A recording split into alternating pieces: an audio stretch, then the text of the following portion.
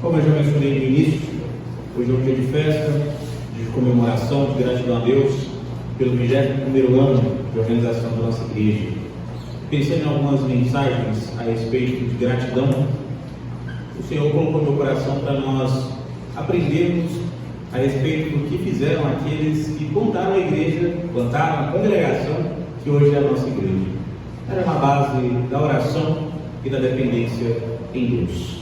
Por isso eu convido você, para a nossa meditação nessa oportunidade, a abrir a sua Bíblia no Evangelho segundo Mateus, no capítulo de número 6.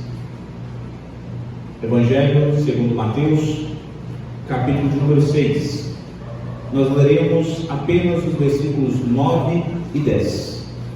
Mateus 6, 9 e 10. Mesmo assentados como os irmãos estão, façamos essa leitura com reverência ao nosso Deus. Eu farei a leitura e peço que os queridos se atentem, por gentileza.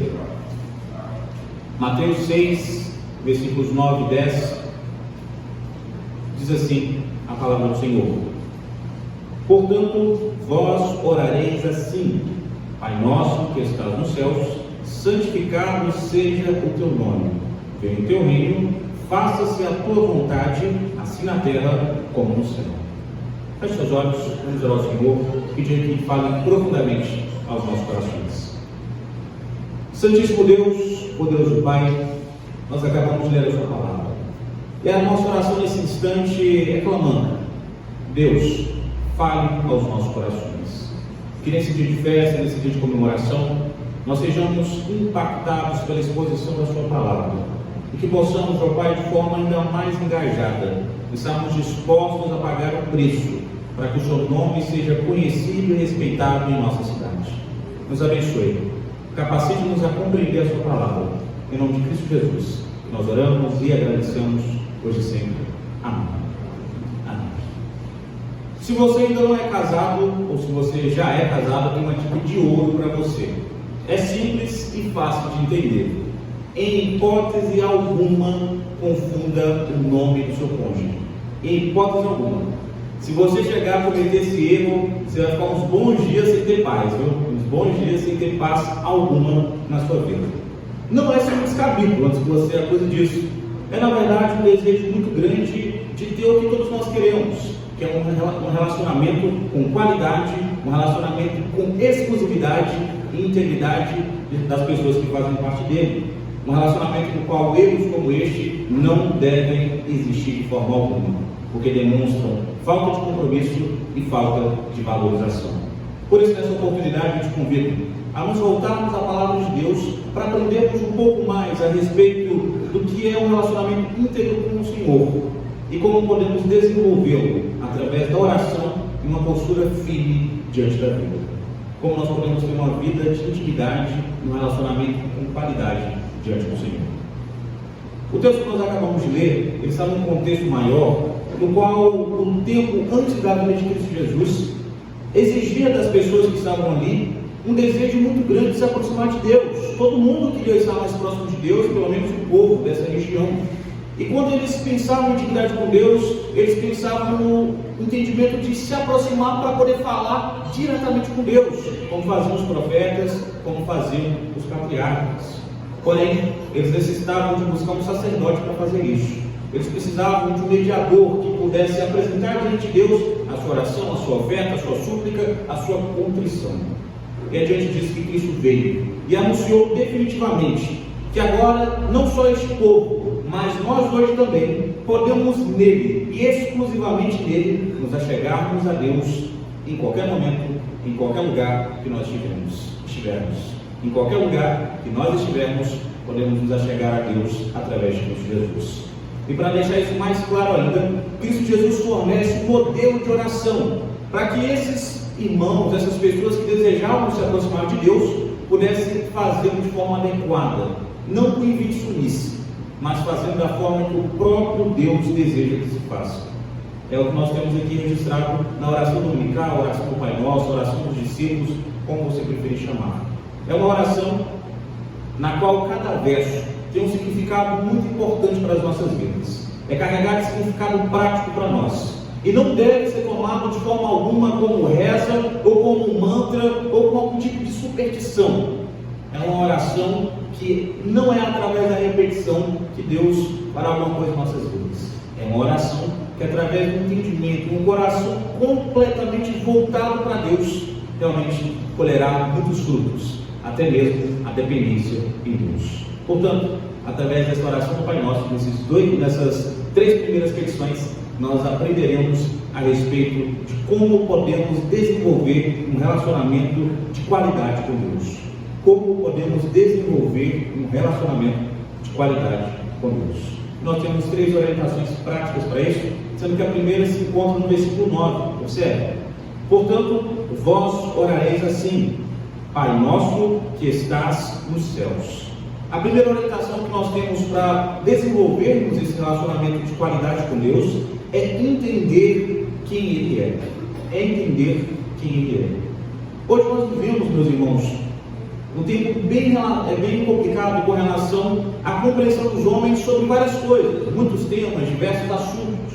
Por exemplo, crianças, elas não podem ajudar nas tarefas de casa, elas não podem participar das tarefas da casa que elas moram, porque é trabalho infantil, não pode.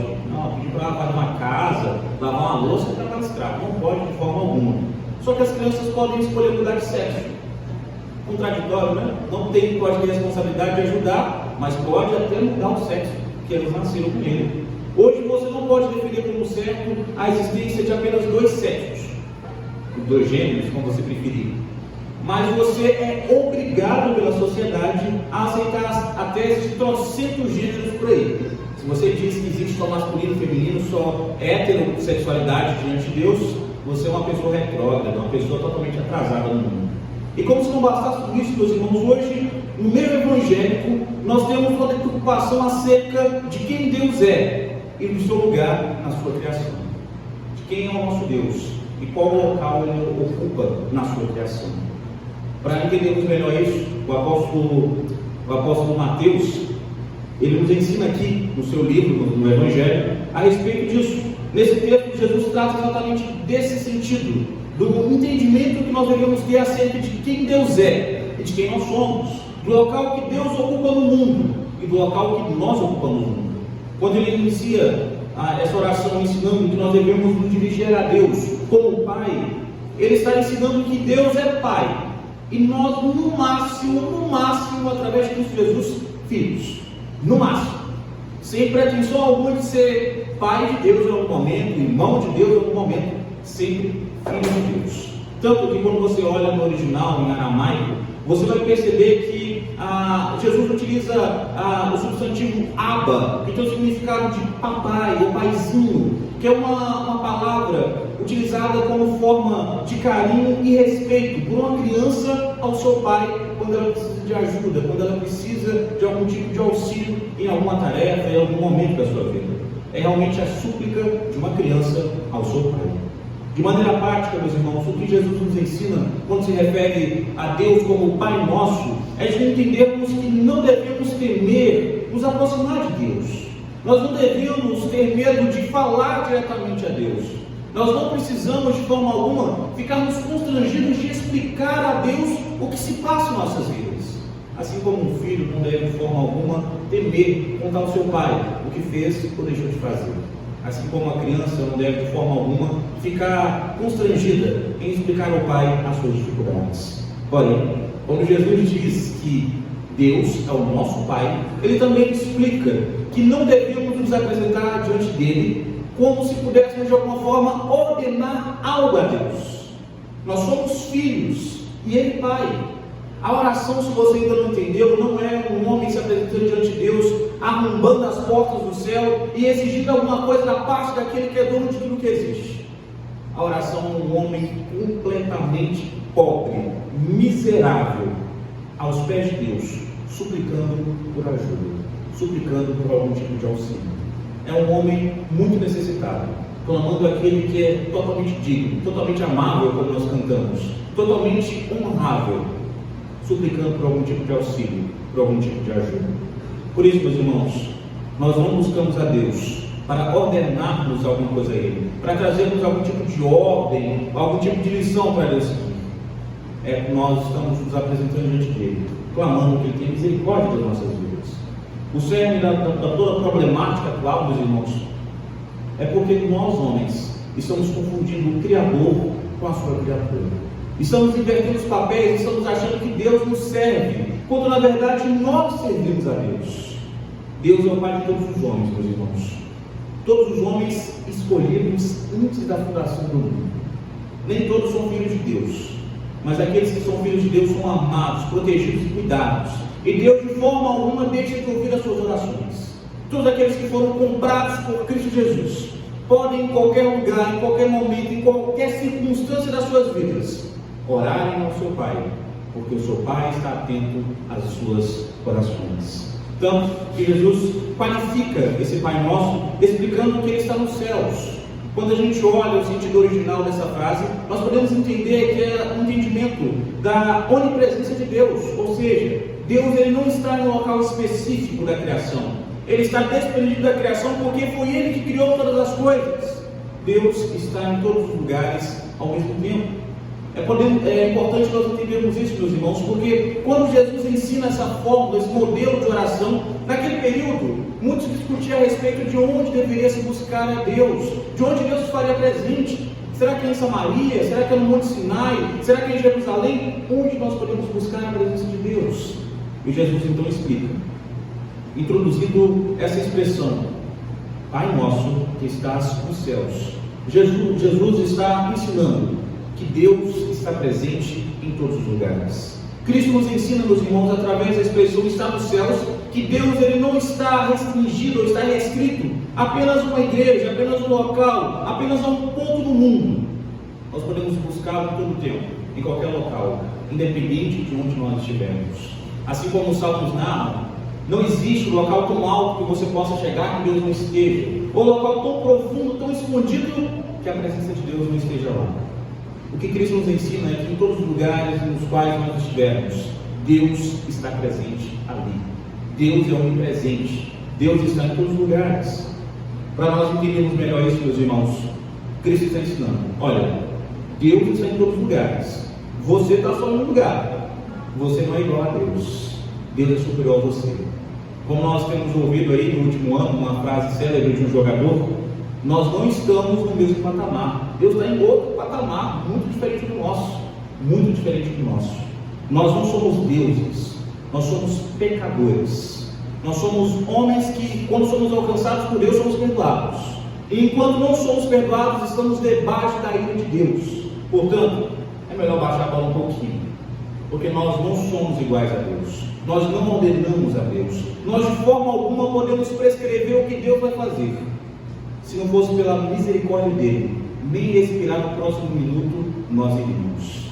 Deus é nosso Pai, e nós em Cristo Jesus somos no máximo filhos.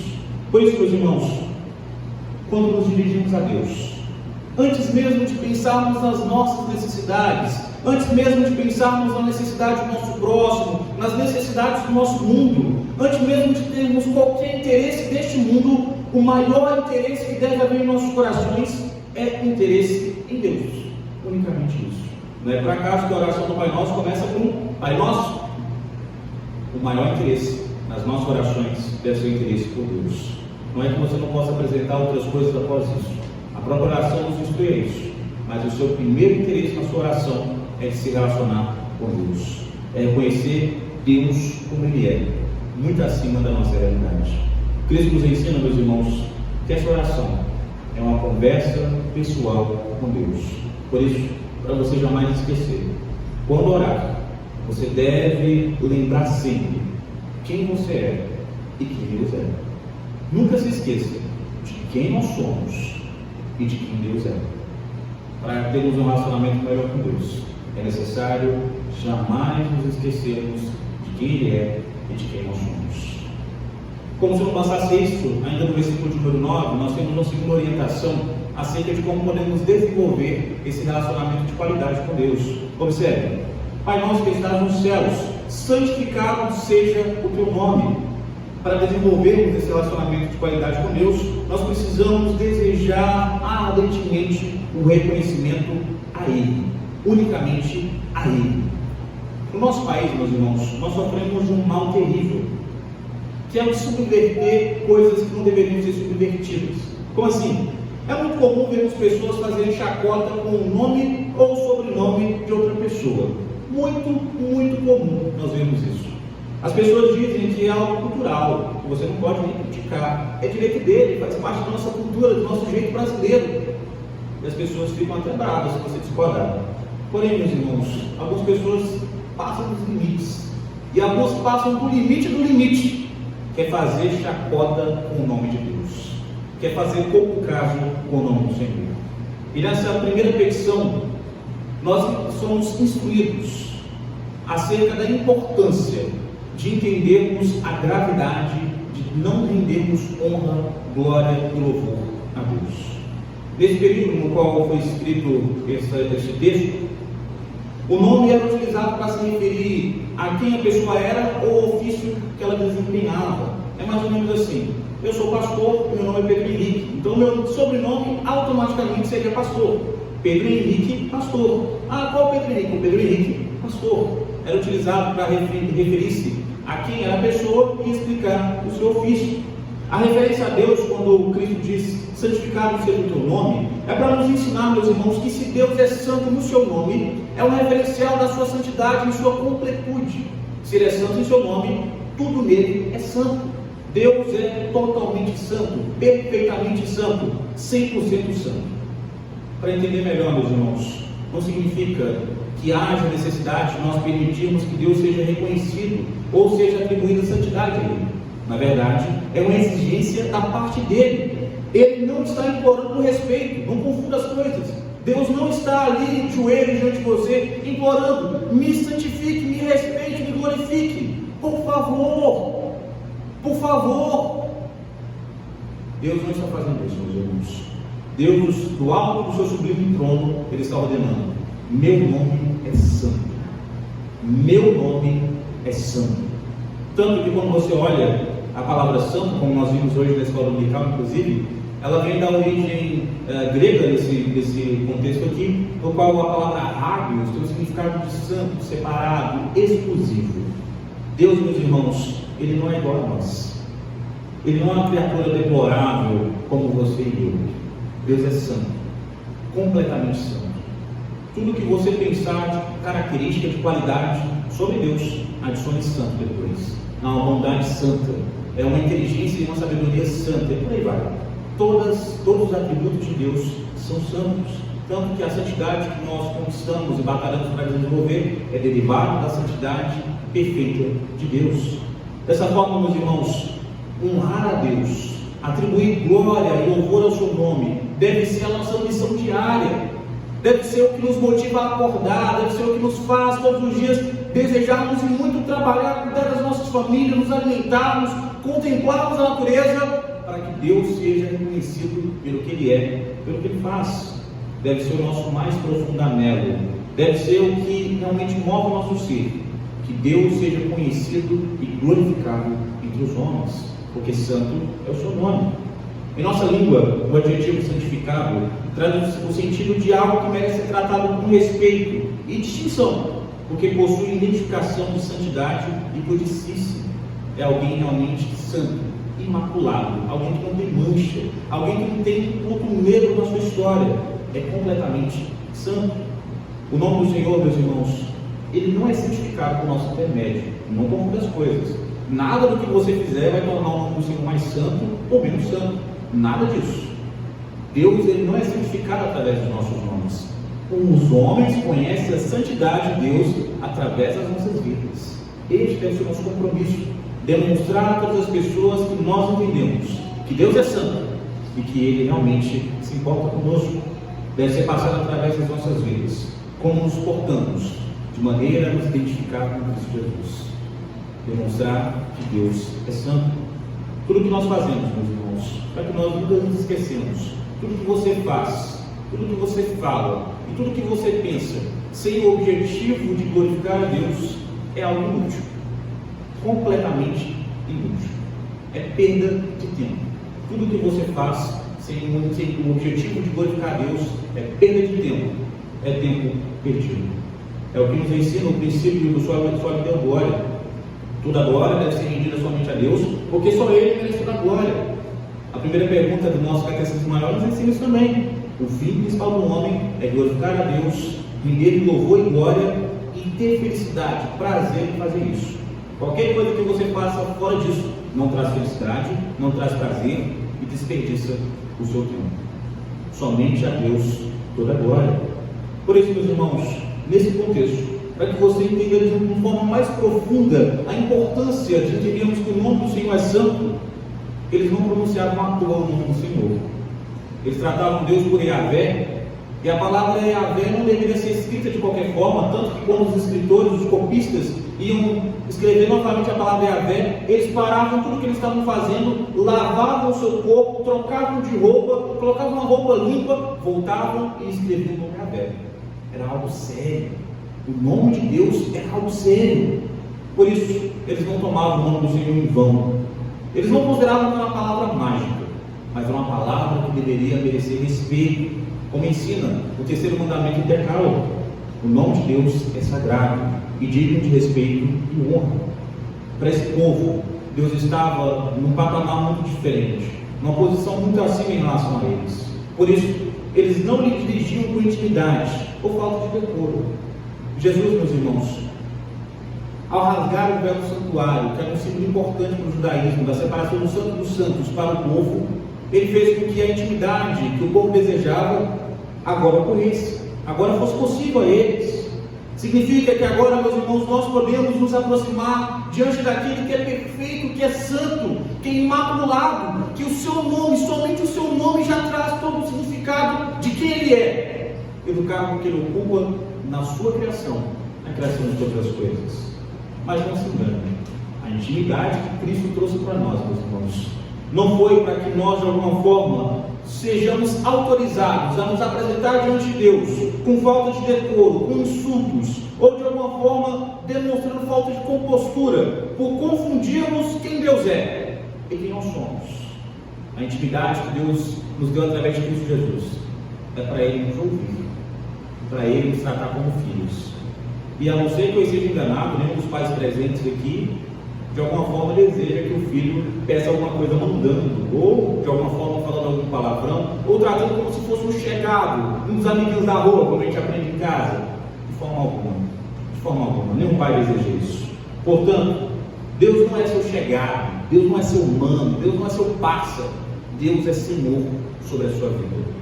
Você pode se aproximar dele com intimidade, mas até na intimidade a gente precisa ter respeito e lembrar sim quem nós somos e quem Deus é. Ele é o nosso Pai e nós em Cristo somos seus filhos.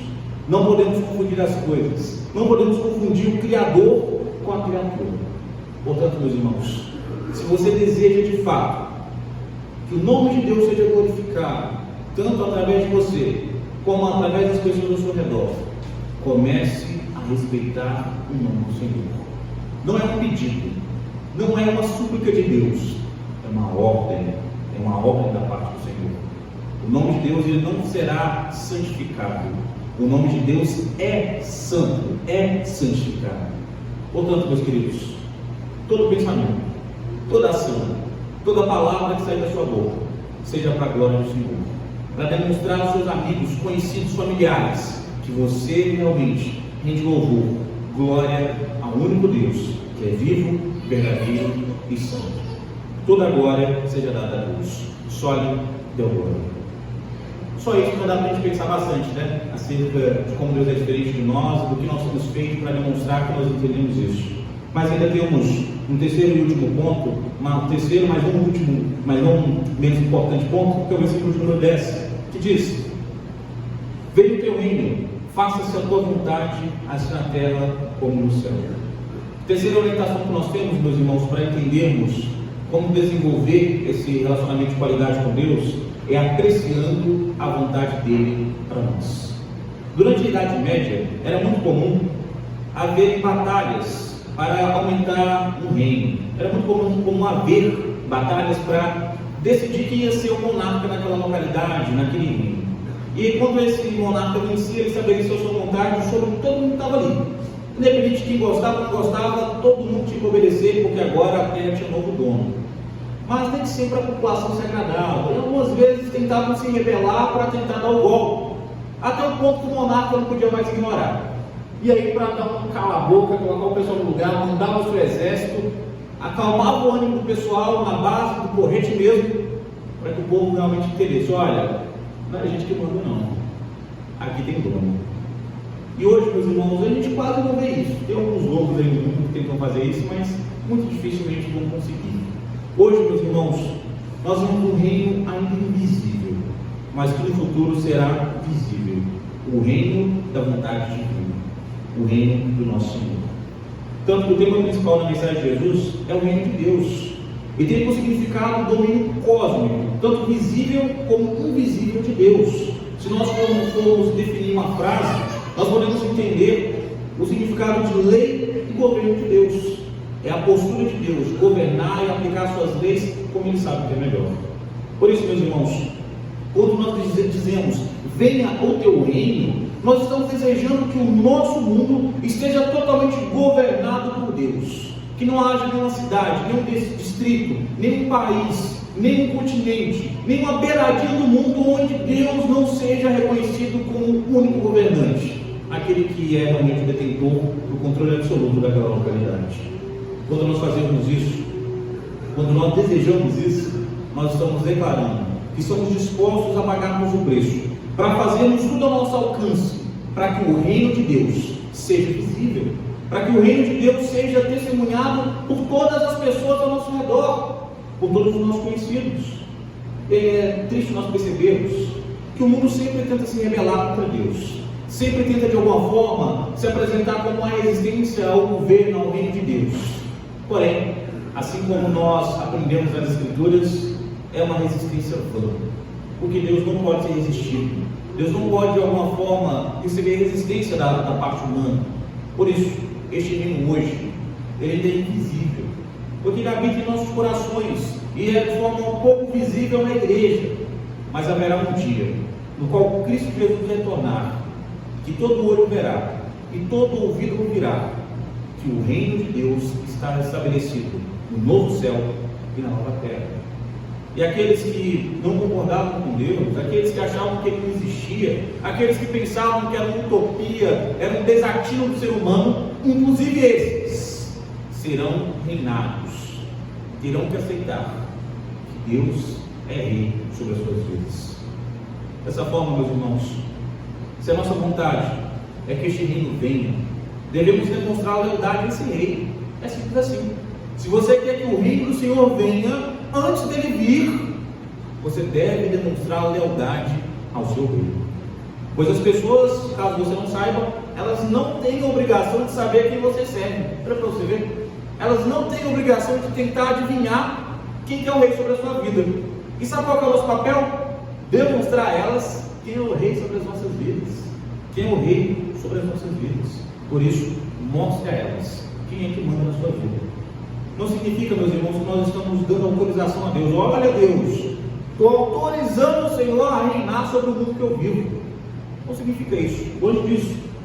Na verdade, meus irmãos, é uma declaração de que nós queremos e muito aprender a obedecer a Deus e ter prazer em ser orientado por Ele. É uma declaração de que o nosso coração ainda é rebelde, mas que nós queremos que ele seja completamente dirigido pela vontade de Deus. Nós queremos aprender a obedecer e ter prazer nisso. E ao mesmo tempo, é um pedido muito grande a Deus, de que Ele faça a sua vontade, e não a nossa, porque a dele é perfeita, mas a nossa é falha, porque a vontade dele é melhor que a nossa. Portanto, não é uma ordem, é uma petição humilde: Senhor, faça a sua vontade para comigo. Senhor, faça o que o Senhor sabe é melhor. E quando nós continuamos no versículo, nós vemos: vem o teu reino, faça a tua vontade, assim na terra como no céu. A expressão assim na terra como no céu, meus irmãos, é uma declaração do entendimento acerca do reino da vontade divina, abrangendo tudo o que existe, tudo que foi criado por Ele. Nem um só centímetro da criação pode fugir da vontade de Deus. Nem um só centímetro do que existe pode fugir do controle absoluto de Deus. mesmo aqueles que ainda pensam que não pertencem a Deus, que podem de alguma forma fugir da presença de Deus, até mesmo esses pertencem a Deus, até mesmo esses estão sujeitos ao que Deus determina. Se satisfazer a vontade de Deus, meus irmãos, não significa deixar de batalhar, não significa entregar os pontos e esperar para ver o que vai acontecer. Se satisfazer na vontade de Deus é trabalhar, é batalhar, é se esforçar, mas sempre primeiro consultando a Deus, para saber o que é melhor, e sempre desejando que através das suas ações, pensamentos e palavras, Deus seja glorificado. Não se esqueça, meu querido, não se esqueça, meu querido, quando Cristo retornar, todo olho virá, todo olho verá, todo olho ouvirá é complicado, né? Todo olho verá e todo ouvido ouvirá que o reino de Deus chegou. Ninguém poderá esconder, ninguém poderá fingir que não está acontecendo. Essa instalação é eterna e visível do reino de Deus, no novo céu e na nova terra. Dessa forma, de forma clara, indubitável, de uma forma realmente demonstrando o íntimo do seu ser, tudo que você fizer, pensar e falar, demonstra que existe um reino, existe um rei, e que você segue as leis, a vontade deste rei que gerencia todo este reino.